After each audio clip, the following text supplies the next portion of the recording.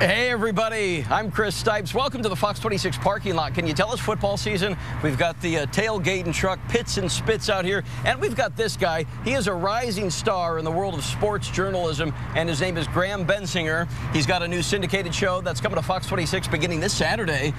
You're a go-getter. This guy right here started when you were in the 8th grade. You started your own radio show on the internet. I did. I'm from St. Louis and used to be one of these kids who'd run down to the ballpark, wait for the baseball players to get their autographs, and I realized it wasn't the autographs I liked getting, but meeting the players, hearing their stories, engaging them in conversation and whatnot. And so I sent out 50 letters to former baseball players and Hall of Famers and got a few responses. Ernie Banks, Bob Feller, Tim McCarver, and Will Clark. Some big names. Yeah, and I didn't have a cell phone at the time. This kid, 8th grade. They're calling your house and talking to your parents. Is Graham there? Will Clark on the phone? And my mom or dad would yell back to me and say, so-and-so's on the phone. So that's kind of, how it started and just progressed from there. So then you go on to have a radio show at Sirius, and then your show In Depth with Graham Bensinger has been airing for 3 seasons. You're about to enter your 4th season, and now you got this big syndication deal where you're going to be broadcast on regular TV, over-the-air TV, all throughout the country. Right.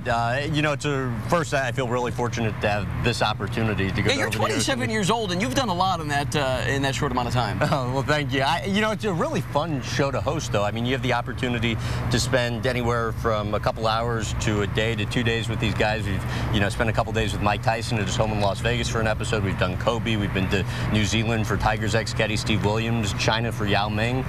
So, you really get to learn about what makes these successful guys successful and really have the opportunity to profile them beyond the kind of standard cliched sort of answers that we were speaking about before. So you threw out some big names. Describe the challenges of getting these guys, because you got to reach out to their agents, reach out to their PR people, and hey, come on my show. You're still trying to prove yourself, but the more and more big names you get, the easier it is to land these guys, right? Easier, but only minimally easier. I mean, it is, as you know, it's a fight. I did the one with Tigers ex-caddy Steve Williams for his first interview after he was fired by Tiger. I used to have him on my radio show in high school.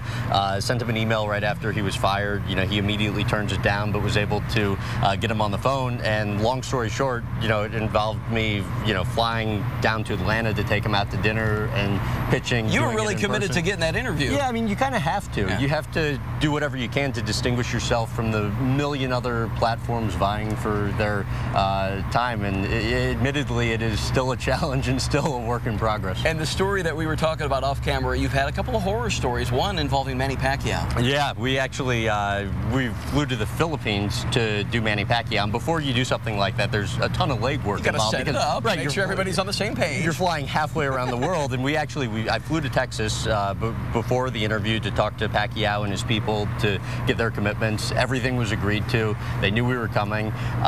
Long story short, we get out to the Philippines. We're supposed to be on the ground for 4 days there, and we realized once we get there, not only does Pacquiao have no idea we were coming, but he didn't agree to any interview. So I spent the first 3 days there trying to just get in front of him to say, look, Manny, we've flown halfway around the world to get here. Can you sit down with us? And then all night I was on the phone with people back in the States because of the time change, trying to get them to put pressure on Pacquiao, and we end up getting him the last day a few hours before we fly out. But this is the first season. We had a very limited budget, and that could have been the end of the series. One of the big challenges, and you touched on it with sports interviews, is getting these guys to go and talk about their personal side, because you get a lot of the give 110%, take it one game at a time, got to play our game, and you really try to touch the human side of these guys by spending a lot of time with them. We do. We probably put 100 hours of research into each interview preceding the sit-down. I always try and talk to like half a dozen people. 100 hours of research? Yeah, I mean, between myself, I studied Graham for 5 minutes before he got here. I'm kidding. Yeah, right.